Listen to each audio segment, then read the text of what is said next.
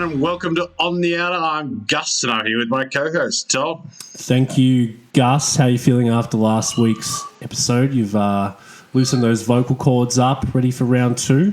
Well, look, I had a few coughs last week, so that's probably going to continue, let's be honest. But I'm looking forward to talking about the last 9 teams in our pre-season roundup, Tom. Yep. I'm not going to list them all because there's 9 and there's too many. And yes, we are going to talk about Freo. I know I intimated that we weren't going to last week, but that was just a gag.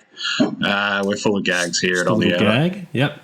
So most AFL shows, when they're doing their pre-season shows, they'll do often the teams alphabetically, or they might do ladder position or reverse ladder position. But here at On the Outer, we like to do things a little differently, don't we, Gus? So we have...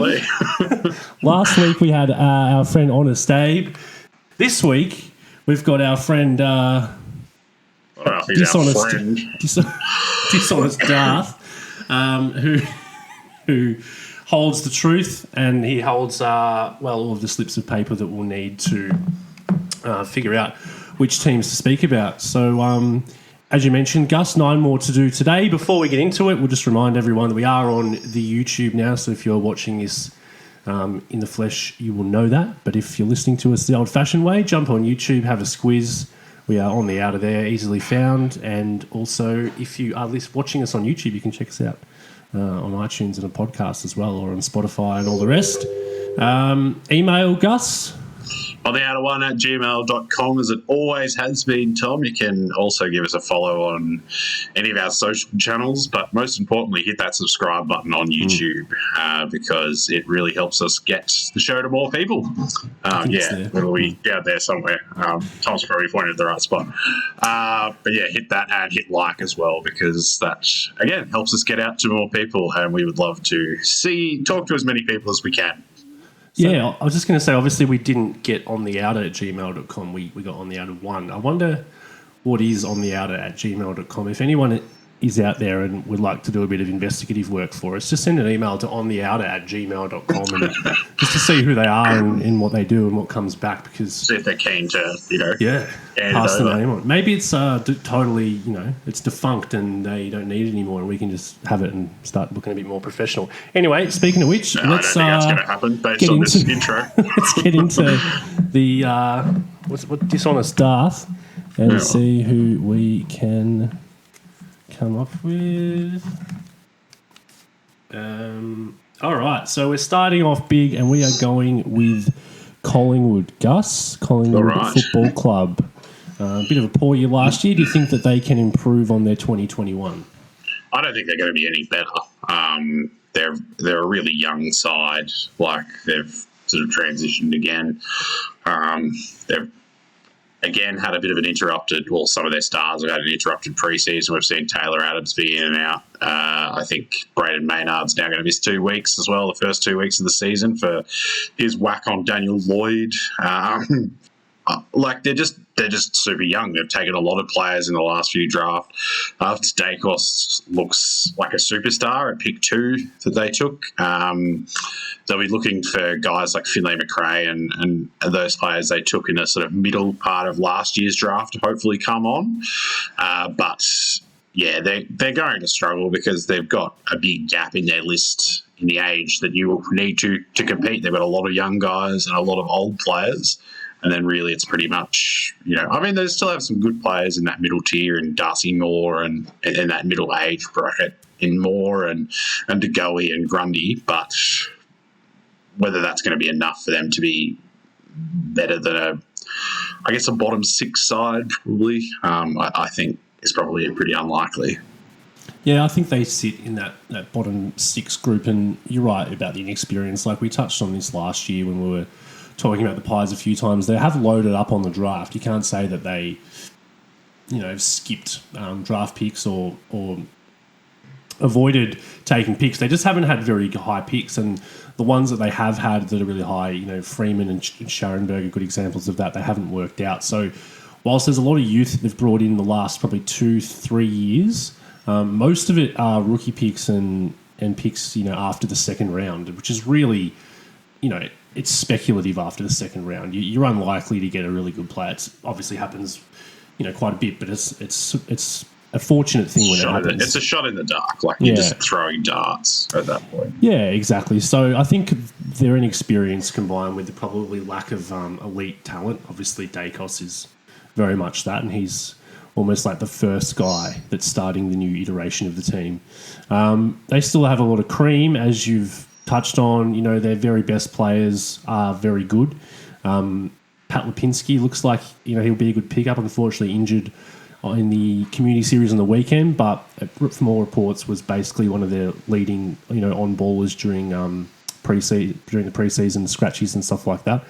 So I think that we can see a year of steady improvement. Like, I think they'll win some games that they aren't expected to win, and they're more free-flowing style they're going to play under Craig McRae, the new coach. I think that's been well established that they're going to get away from that kind of sturgid keepings off style they played under Bucks for so long. So that'll be exciting to see. It'll be good for the fans. They might have a few blowouts as a result, but I'm really looking to see who can emerge.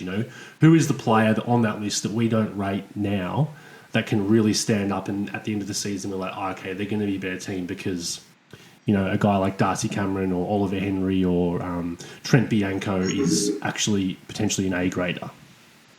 Yeah, I think I would push back a little bit. I mean, they did take a few first rounders last year.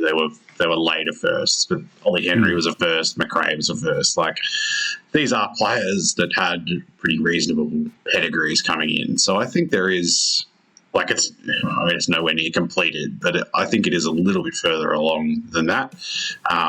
But look, they're just not going to be that great. They're going to be. I think they'll avoid the bottom four, but I think they'll be in the next tier, and I don't think finals is on the cards. Yeah, and they're sort of relying a fair bit on, like, obviously Myercheck's a very good contributor, but if Jamie Elliott or Jordan De Goey aren't there kicking, 30 to 40 goals each this season, they're going to really struggle, I think, to hit the scoreboard. I've probably got them around that same mark, maybe bottom four, but yeah, could easily see them jumping out of the bottom four, but no further than bottom six. All right, let's go back into the Darthy and see what he's got for us. And we have got Port Adelaide. Pretty interesting team in regard to a lot of the rhetoric around them this year, which I think there seems to be a little bit of a feeling that they might have maxed out in the last couple of years with their higher ladder positions. I think they've won more games than any other side over the last 2 years. Haven't made a grand final in that time. Probably haven't been the best team or even the second best team in the last 2 years, but they've won a lot of games and they've had 2 preliminary final appearances. I don't know whether they... It's kind of hard. I can't see them taking that next step probably with where they are now. I think that there's every chance that they could be a very good side again and they could be a top 4 side again if things go right for them because, you look through the team, there's not many holes really. Like they haven't got guns all over the park, but they've got really solid plays in each line. But I just don't really see them overtaking or joining the ranks with Brisbane, the Bulldogs and Melbourne this year with what they've currently got. I think it's probably more likely that they might stagnate for a few years and then, crack on again when the really, really young guns that have got in their prime. Yeah, it feels a bit stale to me at Port Adelaide. I think with, Ken Hinkley being there, they've still got that, let's call it what it is, an aging core in Gray and Boak and Dixon and those guys. And then, those other players like Georgiadis and Butters, Connor Rosie haven't really come on yet to the point of being, they're very good young players, but they're not stars of the competition, if that makes sense. So I wonder if they're just sort of going to have a fairly middling year. I'm not going to tip them for the spoon again, Tom, but a fairly middling year. And maybe Ken Hinkley gets moved on at the end. It just feels like there just needs to be some kind of rejuvenation or something like that, because at the moment it's just not much there's not a lot of excitement around Port Adelaide. I think we all sort of think that they're going to finish between 4th and 8th and probably win one final, and that's going to be it. And like, maybe they're happy with that, and maybe that's a successful year, but it doesn't really feel like a premiership team to me, and a lot of that is because of how stale it feels. Yeah, I don't think Port Adelaide would be happy with that. They're very much a high achieving club historically, but look, I mean, they do have I think a relatively balanced midfield with the inside and out, but they don't have that depth there.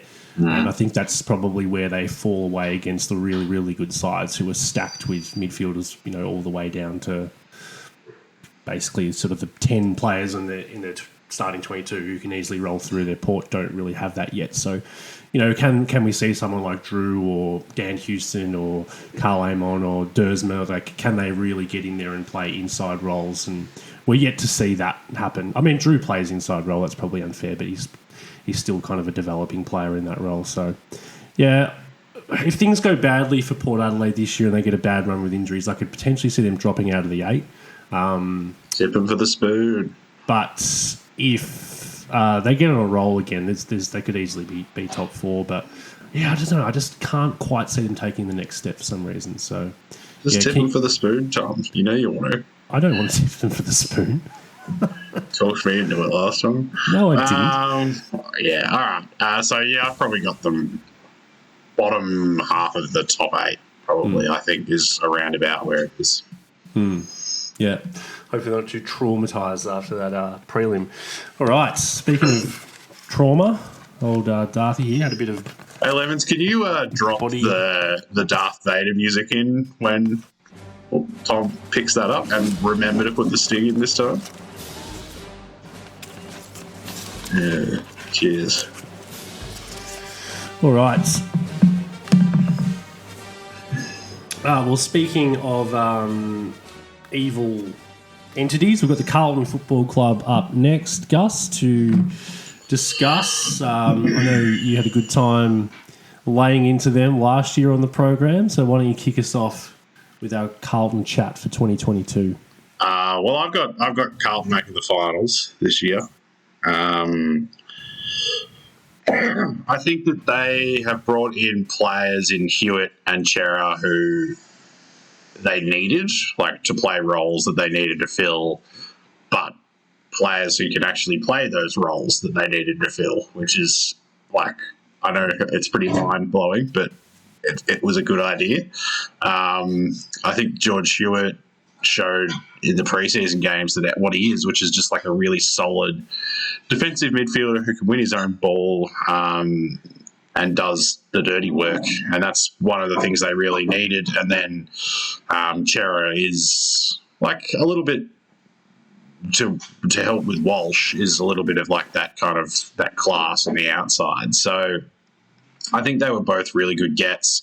Kerner coming back in hopefully could diversify their forward line a bit, because they do rely really, really heavily on Harry Mackay down there, or McKay.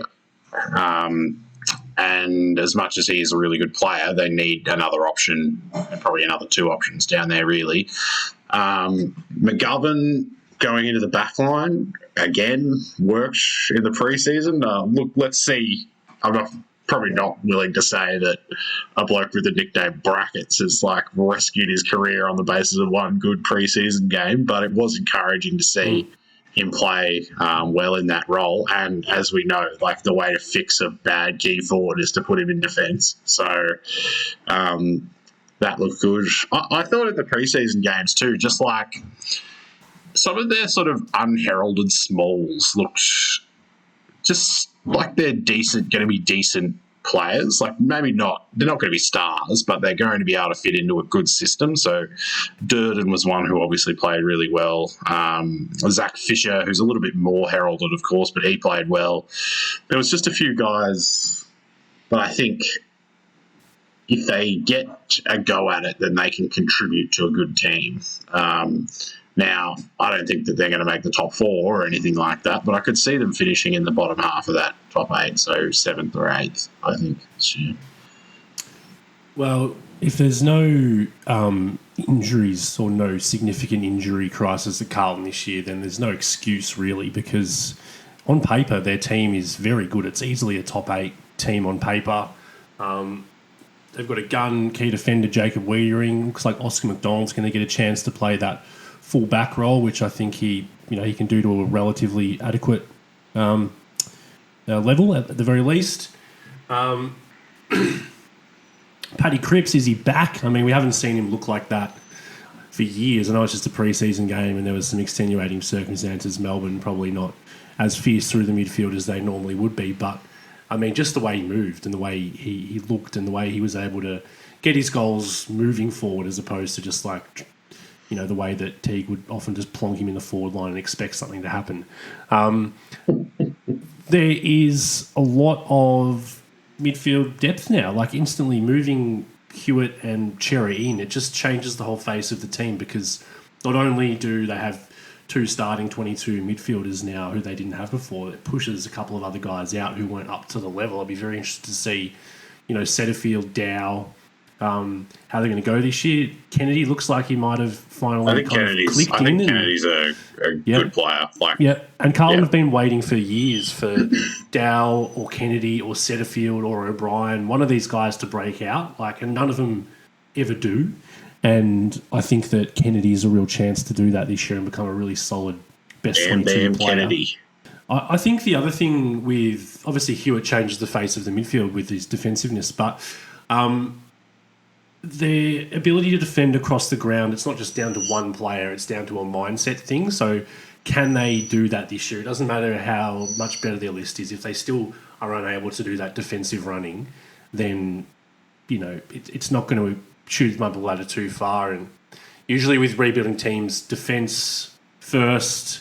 Brendan Bolton was purely defence and they couldn't score. Teague came in and tried to teach them attack, and they could score, but they lost that defence. And so the third thing in a rebuilding team is to be able to combine both. So can they, under Voss, combine the defence of Bolton and the attack of Teague and actually put it all together and become a fully fledged football team? So that's, what I'm really interested to see, because that's pretty much where their season will live and die. Yeah, no, I agree. I think, and you're right about the midfield. I think it looks so much better now.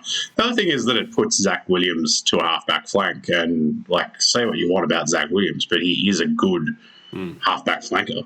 He is a good explosive half-back flanker. So, I mean, he and Sard together show a really, dynamic half-back line that I think could be quite an asset for them, where they really haven't had that so much with sort of players like Nick Newman, Sam Doherty. They're different. They're not that explosive athlete type players. So, I think it's another interesting aspect to it. And Michael Voss just evokes confidence, doesn't he? He always kind of has in his own players and his teammates, but also in, the public. I just feel like with Voss on board, I'm like, he's probably going to do a good job because it's Michael Voss, All right, we'll move on to the next club. Oh, my God. Scared the hell out of me. Is that someone playing the Imperial March on a kazoo, Lemons? That's kind of what it sounds like coming. Yeah, have you got a sick goose in there? All right. So, we've got Darth here, and next team, he holds all the answers. What do we got here? The West Coast Eagles. Bit doom and gloom as far as the West Coast Eagles are concerned this year. A lot of people putting them down further on the ladder than they probably have been for a few years. Obviously, a bit of a dirty off-season with regard to injuries. The Jack Darling situation as it stands, he's not back on board, and from all reports is unlikely to come back to the club in any capacity. It's different for West Coast fans. The prognosis is miserable, and that's kind of an unusual situation for them. I think they'll embrace it. I think they'll enjoy for once being kind of the underdog and being able to take that label and run with it. Backs against the wall type, situation. Adam Simpson will certainly enjoy playing off that with the players, but I think the main question with West Coast to me is, can they be so bad at home that they finish as low as they probably should? Like, their list on paper to me is bottom 6, maybe even bottom 4. But they're going to have to lose a lot of home games to finish that low. That's why they kind of very rarely have finished in the bottom 4 over their existence. So that's the question for me. I'm not sure. I think they're going to be a low-ranked team this year, but they somehow may be able to just scrounge out, 8 wins at home, and that keeps them further away from the bottom. What do you think? I mean, Freo have managed to finish pretty low on the ladder playing over in Perth. So, I it's obviously possible. They're very bad on, as in their whole team, really, especially when you factor in Yo and Shuey and that. I mean, people, I forgot about this, but Brad Shepherd has retired. Retired. That happened months ago, and that was kicked off this. That was just the start of this awful off season. So, I'm not quite sure what they can do to be a good team, because what area of the ground are they really strong in? Okay, yes, they have Nick Natanui and Tim Kelly, who are really good players in the midfield, but then with the amount of injuries, I don't think that we can seriously sit here and say that Yo and Shuey are locked in to play even 15 games or 12 games. How can we sit here and say that? Andrew Gaff, Gaff is very good at what he does, which is playing as an outside player on a really good team. He's great at that. I don't think that he's moving the needle for a team that is a bad team, though. He needs somebody to wing him the ball, and then he will go and use it. What else is there in the midfield, really? Jack Redden. I mean, Dom Sheed's now going to be out for 3 or 4 months as well. There's just going to be a real lack of experience in the middle.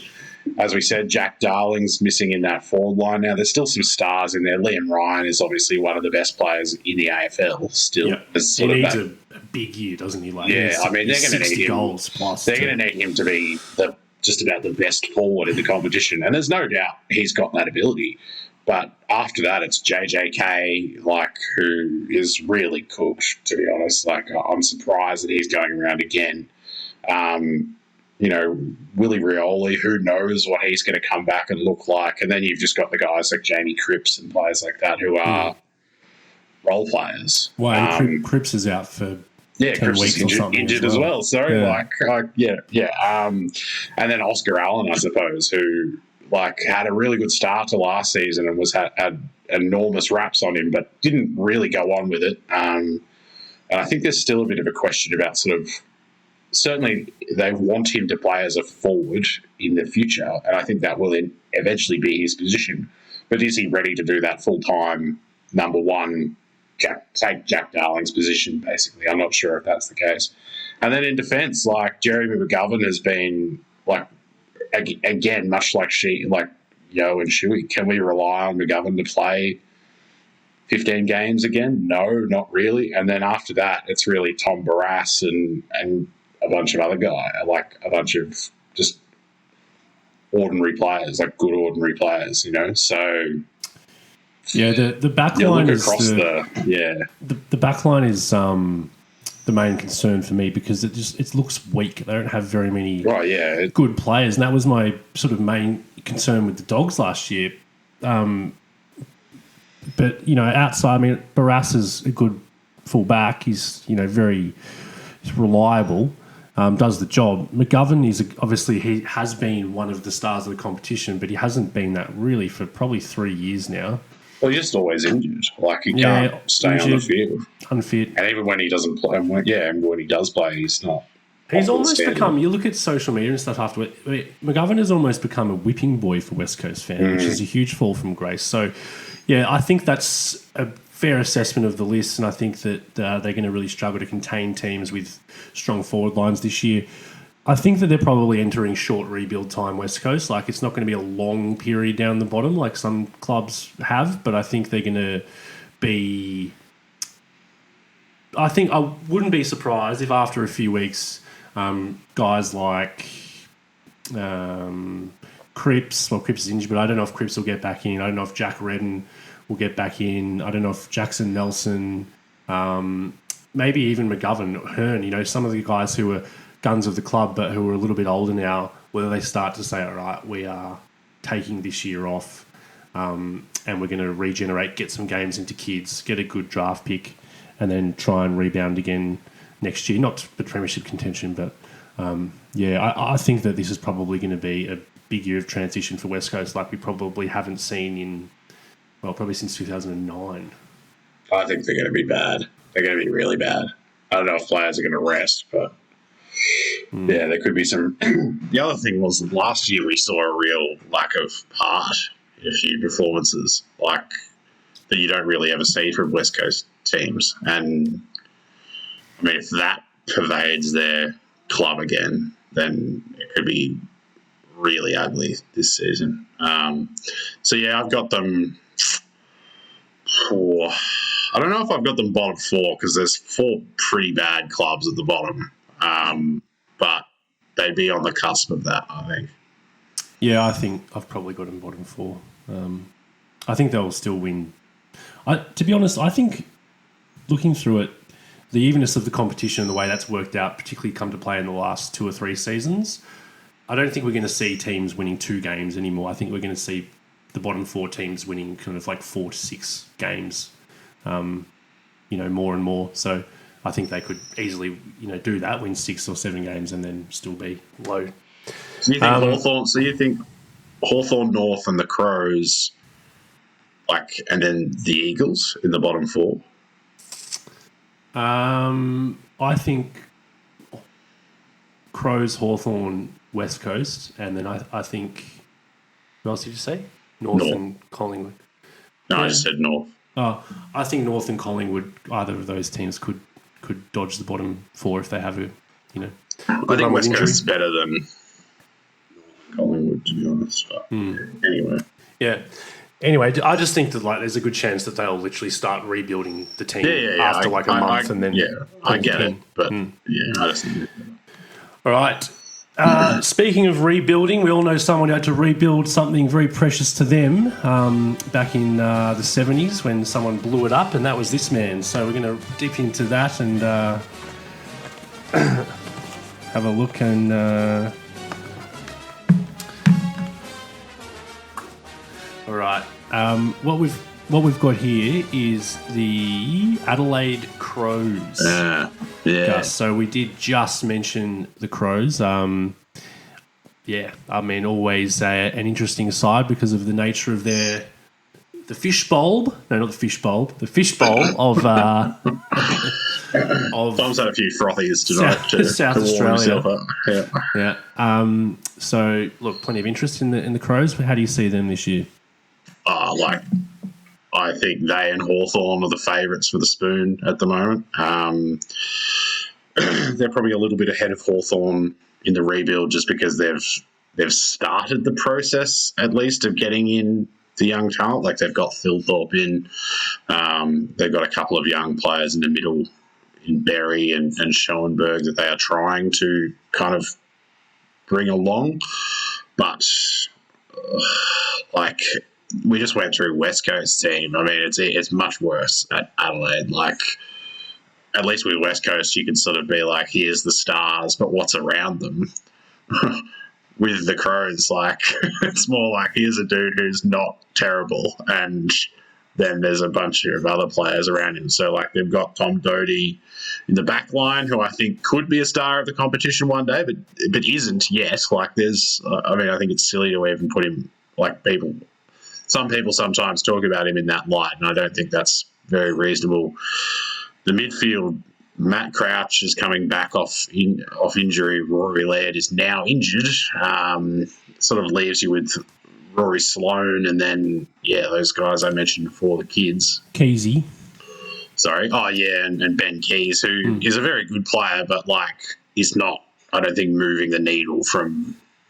Well, he's not moving the needle really at all. He's just a solid midfielder.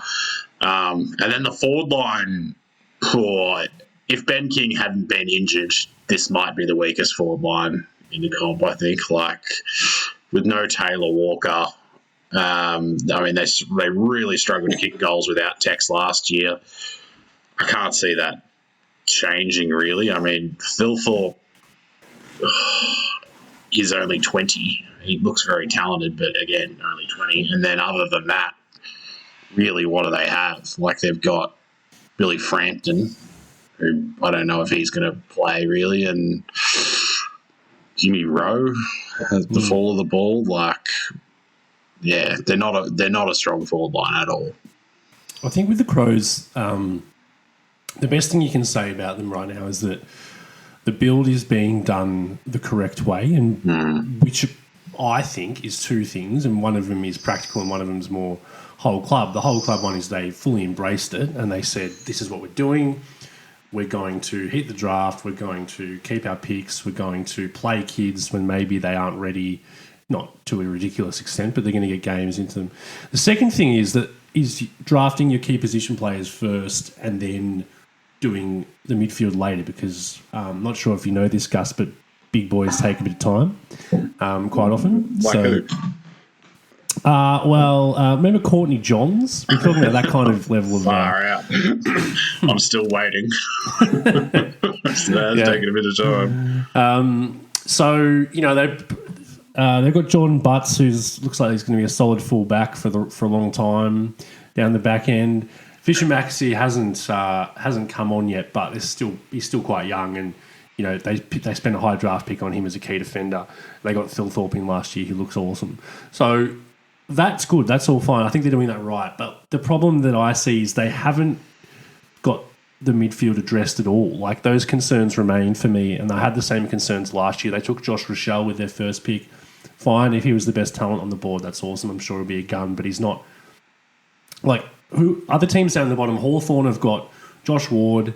You know, Warple's the best and fairest winner already. Collingwood have got Dacos. Gold Coast and North are both, you know, littered with young midfield stars or potential stars. So Adelaide are, in my mind, still behind those guys, those teams in the rebuild because of that reason. And then you look at last year; they won 7 games last year. Like that, does that seem like a lot to you? Yeah, but they won, didn't they? Didn't they win like 3 out of the first 6 because Dex kicked 15 goals or something in those games? And yeah, exactly. That's not happening this year. No, so I think 7 wins is overs last year. So if they win 7 again this year, I think that's a massive win.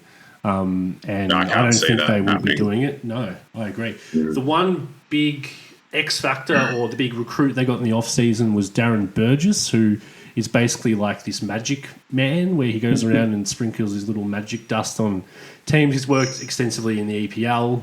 Are you making some kind of aspersion there, Tom? Oh, no, I wasn't. But if you are, then... I'm just asking the question. No, there's no suggestion of anything like that.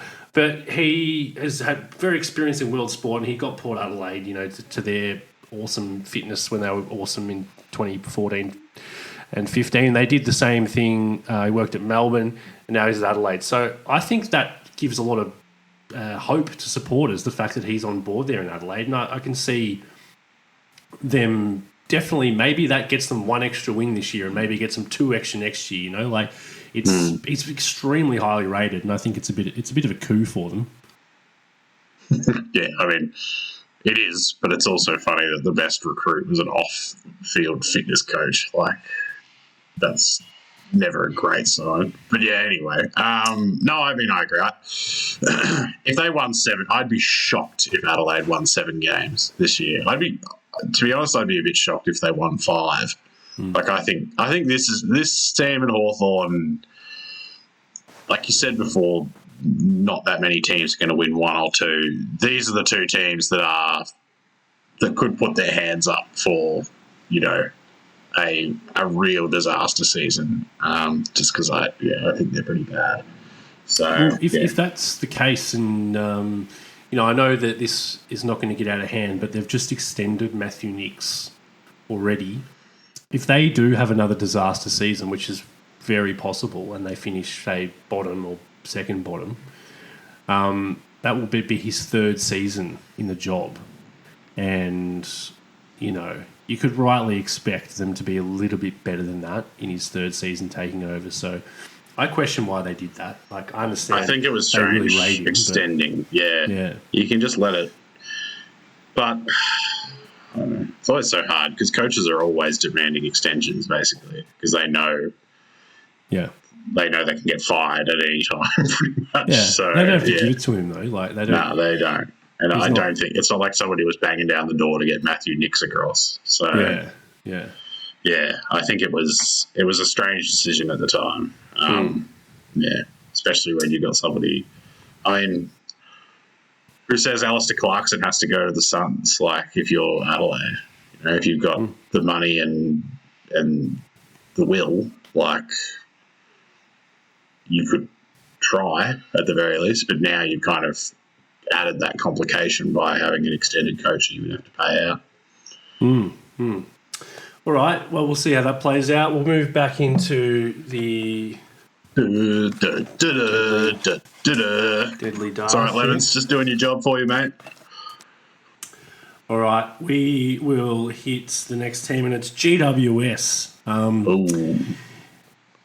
Big improvers across the course of the season last year after they started quite poorly. I think they were 2-5 or 2-4. They were in a bad way and managed to piece it together.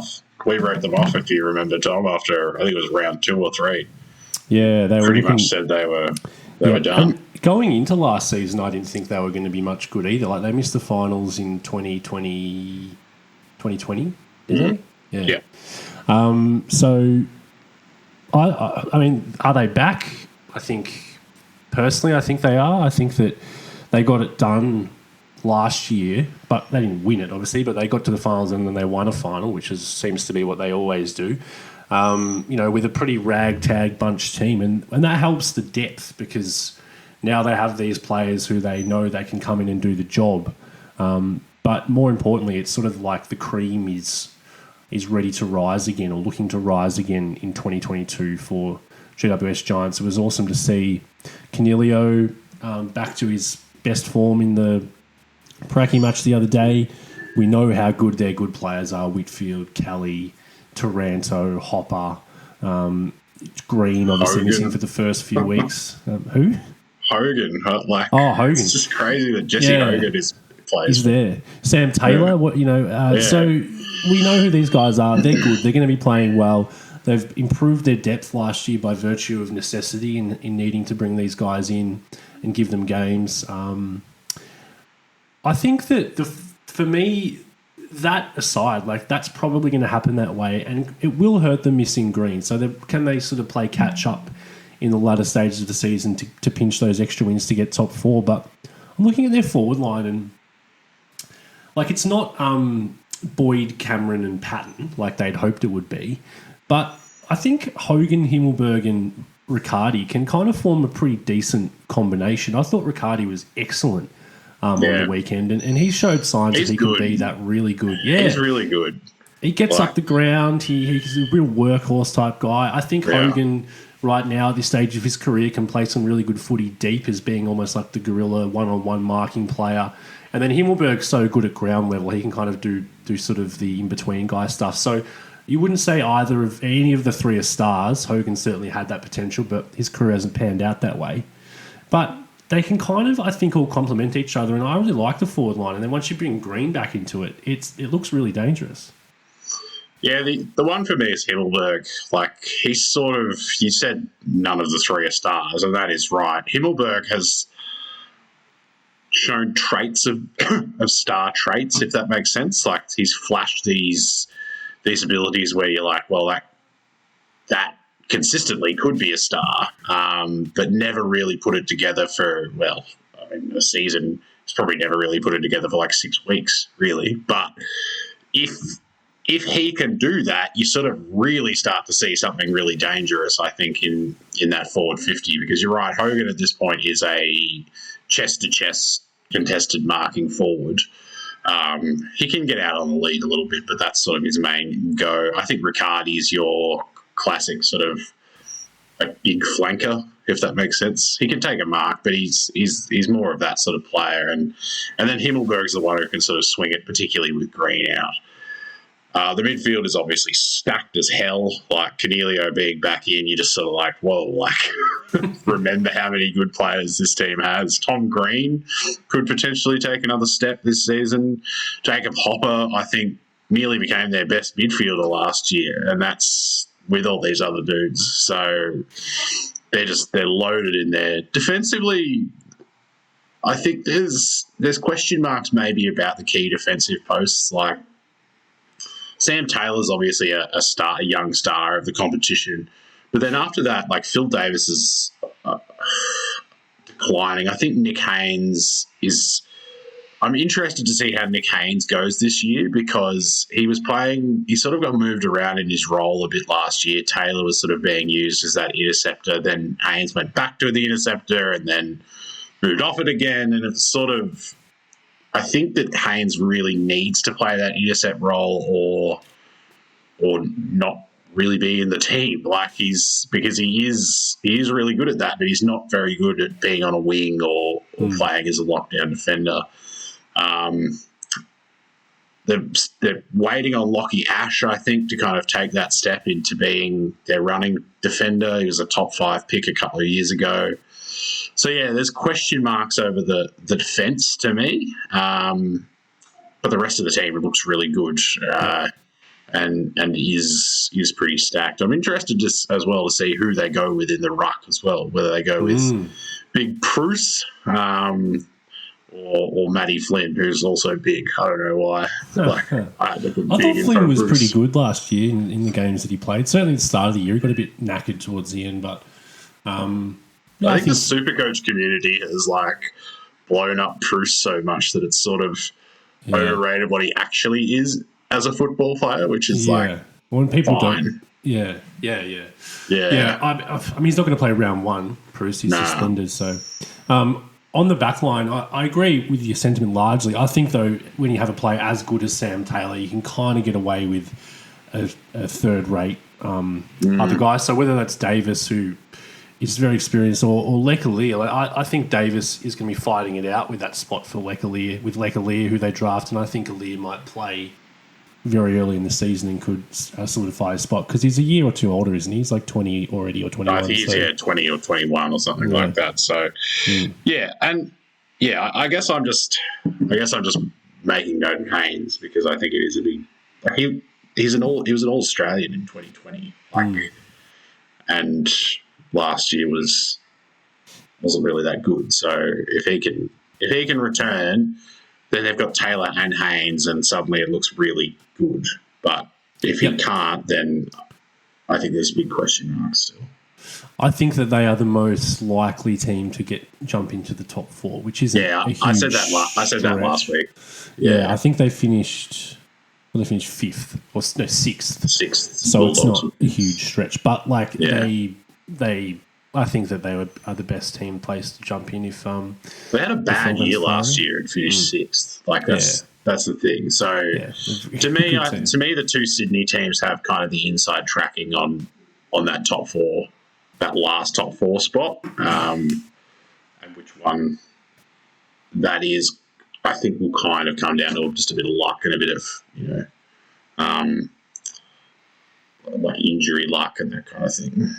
So one guy I didn't have too much luck with his injuries was this man with getting his legs burnt off with lava and bloody mutilated, and what else happened? I don't know what happened. Plenty of stuff.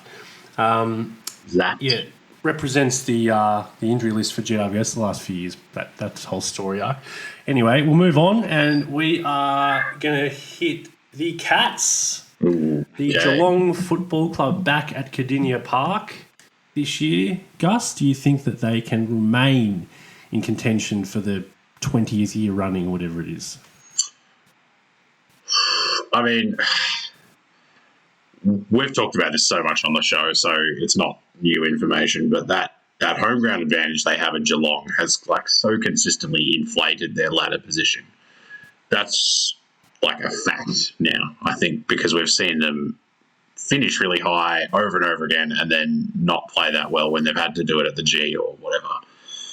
Does that now, like, is the talent or the lack of talent, I suppose, or the aging talent going to catch up with them enough that advantage is no longer worth as much. I think they've probably got one more year, maybe not of contention, but of finals in them. Jeremy Cameron. I mean, people sort of forget that they still have Jeremy Cameron, who's like 28 and potentially the best forward in the competition. So he's still there. He's apparently fit as well. They do need to transition their midfield. They've needed to do that for 3 or 4 years. They still keep jamming Selwood and Dangerfield in there whenever.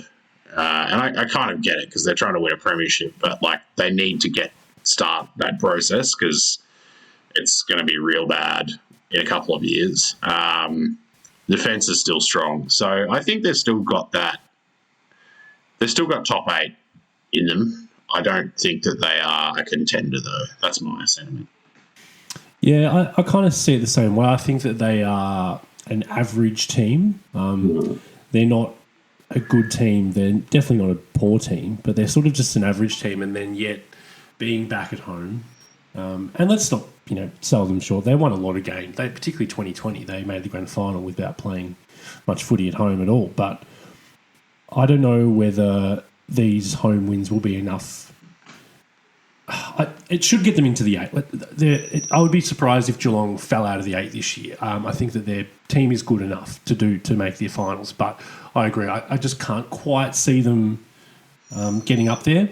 Chris Scott has acknowledged the needs of the team and the need to change the way they play. So that is the most interesting factor this season for me, as far as Geelong is concerned, because it's been largely the same team, both on paper and with the way they play for probably 5 years. Oh, yeah. Well, but certainly the last 5 years. And so I don't know whether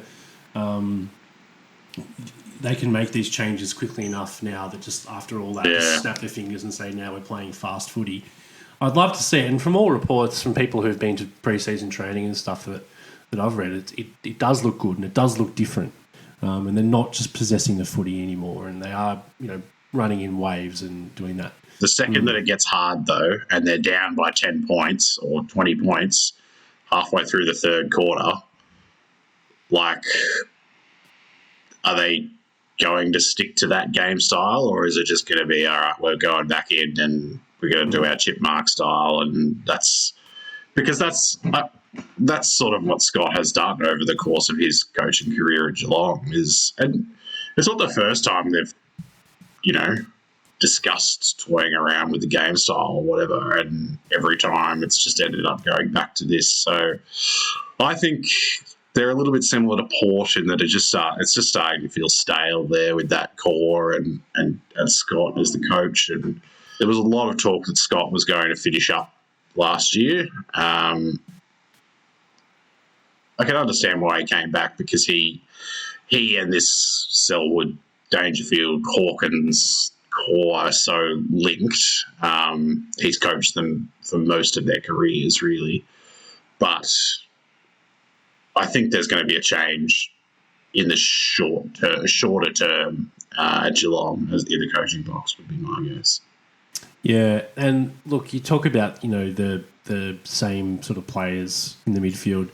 I wonder if any hard calls are going to be made this year to freshen it up. Guthrie's them. I think Guthrie's probably the main man in their midfield now. Like Dangerfield's obviously the star, and so is captain and a great player. But Guthrie's sort of the guy. Guthrie's probably the only guy in their midfield that's actually in his prime of his career. Yeah, they're playing his best that's exactly what I was going to say. Yeah. So you look at Menegola, Duncan, Dangerfield. So are they going to say this year, Parfitt and or Narkle and or Cooper Stevens, I thought was good the other night. Are they going to say this year you were getting the majority of the centre bounce attendances with Guthrie, or maybe you have one or two of them in at a time, but you really commit to that? Are we going to see that and say we're actually bringing on the next generation of midfielders now? Because at the moment it's pretty much just Guthrie and then all the same guys who are well past their absolute best.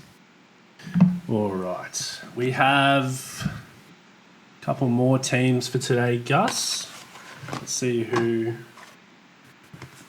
the big Now D's I'm really got hoping for that us. you left Freo out.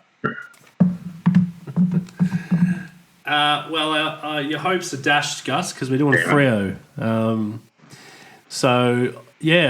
Once again, like I'd probably say another hype team along with Essendon in terms of preseason and what the sides that people are expecting that could potentially improve and, in Freo's case, jump into the 8.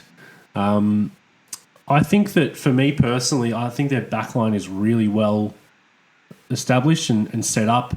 They've got a depth in those positions in the key posts. Brennan Cox can play there. We know Pearce is a gun when he's playing.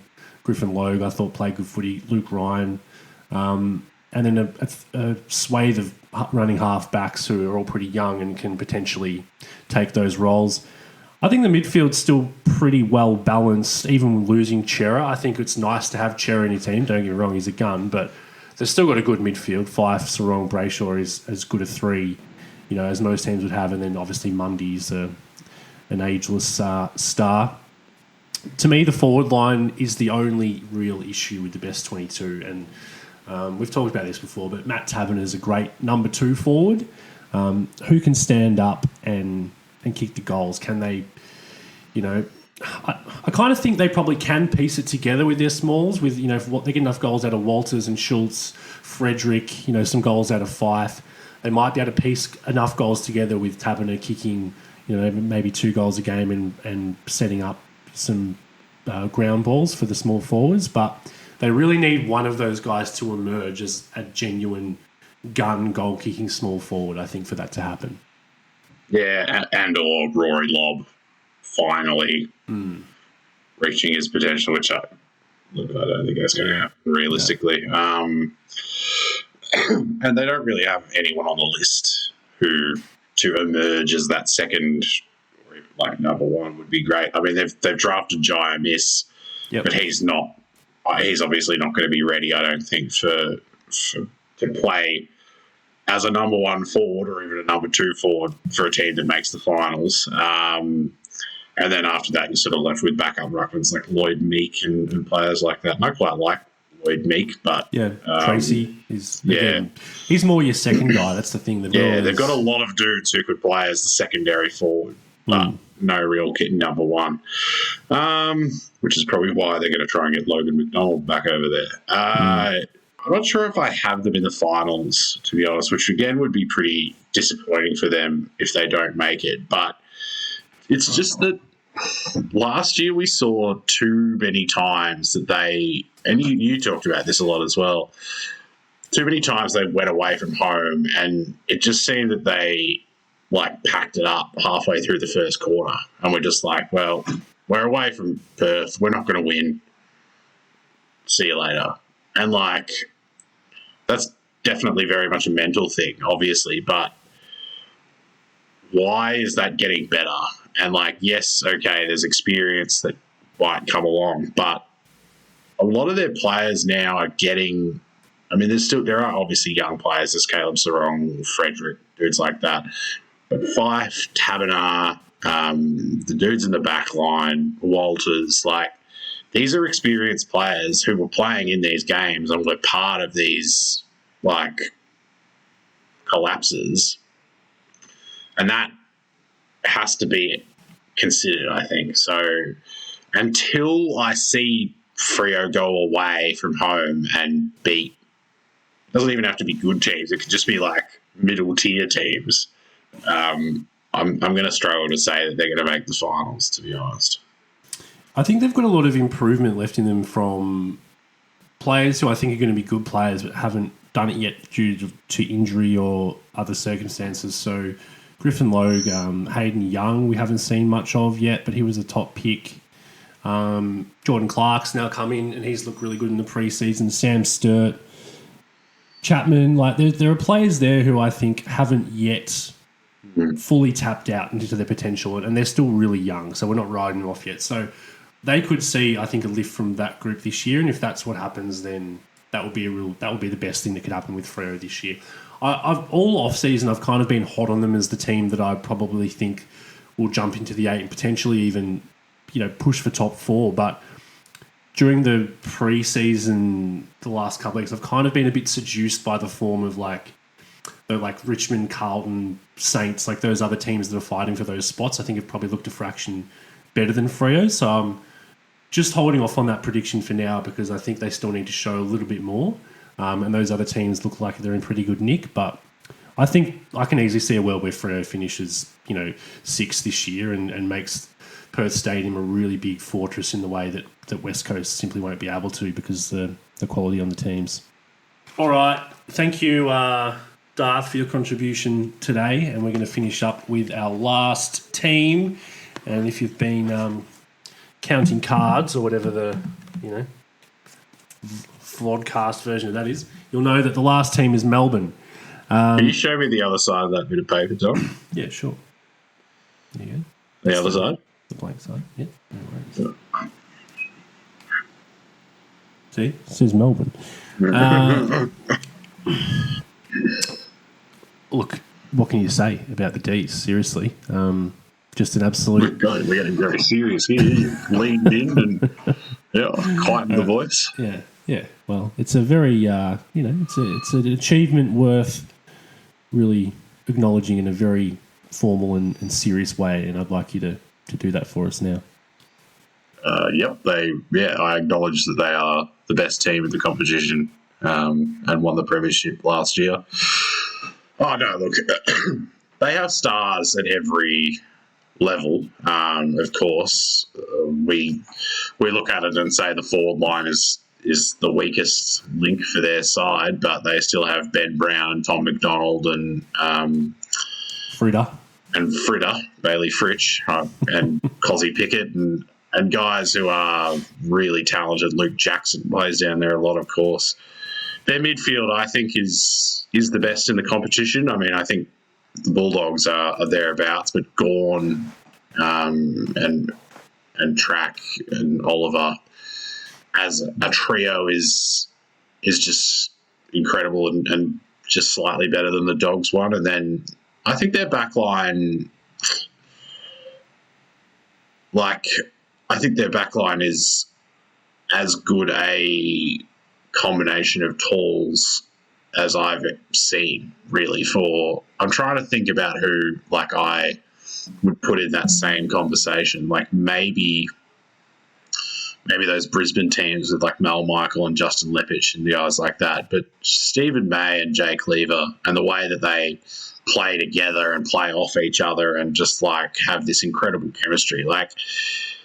It's not we don't see this happen very often, the combination. Now, there's been great defences and great defenders and stuff like that, like Matty Scarlett and blah, blah, blah. But those two, the way they work together, it's just such a sight to behold, I think, and just an incredible combination. And then, they've got good running defenders as well in dudes like Christian Salem and players like that who are all contributing. But, they're real good. They are really, really good.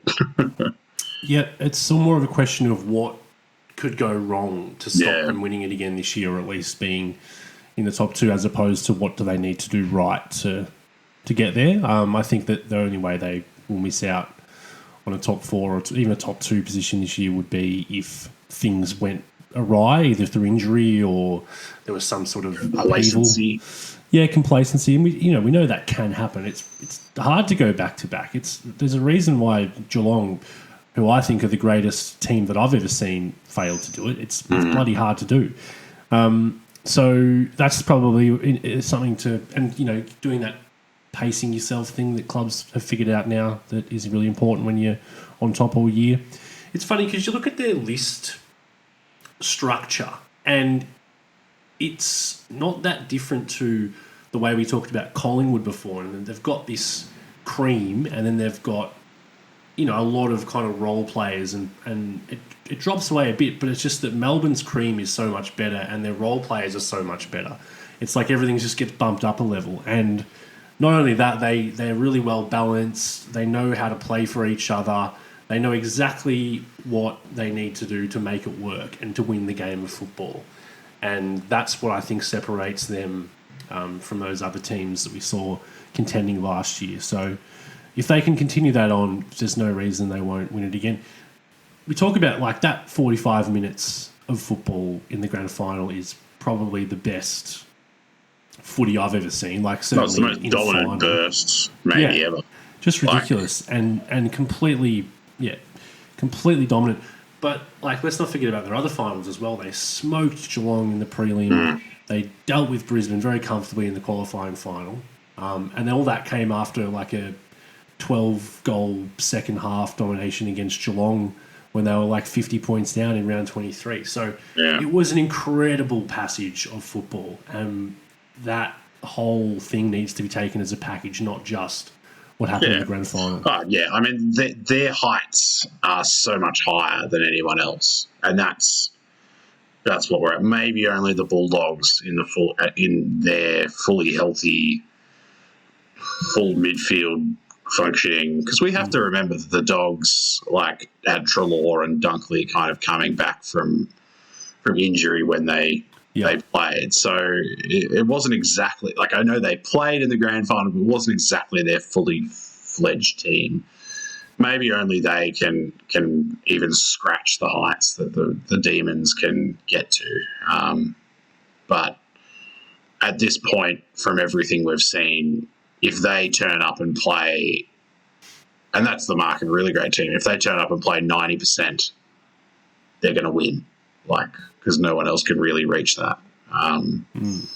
So, yeah. What else do you say about them? Are they your flag tip, or are you going with a fresh face? I haven't actually really thought about it. Yeah, no, look, I think they are. I think Brisbane and the Dogs are two very, very good teams that are probably close to that level. But I think the belief that the D's have, and as I said, that level that they can hit, and those two guys in defence are just. I mean, when they've got there's probably three really elite key defenders in the competition, and two of them play for Melbourne. It's crazy to think of that. And they were mocked for doing that, for paying up for that. Now who's bloody laughing? Yeah. It's one of the most remarkable turnarounds in fortunes, really, we've seen in terms of those particular selections and what they paid and how it was viewed at the time. So, there you go. What about you? Yeah, they're my tip. Yeah, just because, it's one of those things where no one has convinced me they're the incumbents, and no one's convinced me yet that they can usurp them. So, yeah, but I like Brisbane as well. I think Brisbane are a really good shot this year. That's it. That's it. All right, Tom, let's leave the preseason show there then. Thanks for tuning in, everybody, to our new YouTube channel, or if you're listening on the audio podcast, bang the subscribe button on either thing. Tom's pointing at it for those just listening, but yeah, on YouTube, that's where it'll be. Hit us a like as well, a rate, a review. They're all good things, but we particularly would love you to subscribe and share it with all your friends so they can enjoy On the Outers great show that we have that we're producing every week. Back next week, Gus, for round one. Round one. So we'll talk about the games that are coming up, I suppose, and maybe give our predictions for the season and talk about any of the other news stories that pop up during the week. So make sure you get into that for your full and comprehensive round one preview. Going to be very exciting, Gus. I've got tickets to Wednesday night and Thursday night. So you're doing pretty well for yourself, aren't you? Yeah. If you want to get in touch with the show, hit us up at insideouter1@gmail.com or any of our socials. Happy to read out questions on the show. And yeah, we might even, if you send us a photo, we might put it up as long as it's not a lewd one. We can do that now. So, okay. All right. Thanks very much for tuning in, everybody. We'll see you next week. Cheers. Bye. Ciao. Ciao.